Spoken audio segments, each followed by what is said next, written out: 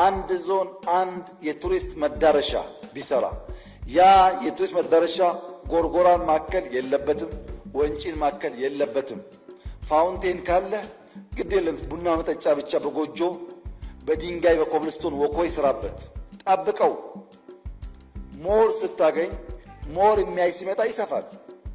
ግን ቢያንስ ባንተ ዞን አንድ ሰዎች ሄደው የሚያርፉበት ያ የሚያርፈው ሰው የግድ ከሌላ ዞን አይደለም፣ ካንተው ወረዳ በዞናቸው ብዙ ወጪ ሳይወጡ የሚያዩበት ቦታ መስራት። ቱሪዝምን ከቅርስነት ወደ ቁርስነት እንቀይረው ነው። ቅርሱ አለ ግን ቁርስ መሆን አልቻለም።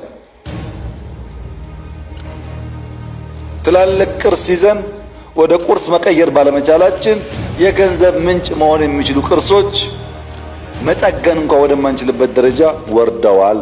የኛ ቅርሶች ወደ ቁርስ ይቀየሩ። ወደ ቁርስ ለመቀየር ደግሞ ዘመኑን እንገንዘበው። አሁን ያለው ዘመን፣ አሁን ያለው ትውልድ፣ አሁን ያለ ጎብኚ ቫልዩ ፎር መኒ እና ኤክስፒሪየንስ ደምሮ የሚያይ ነው። ቅርስ ብቻ ስላለህ መጥቶ አያይህም።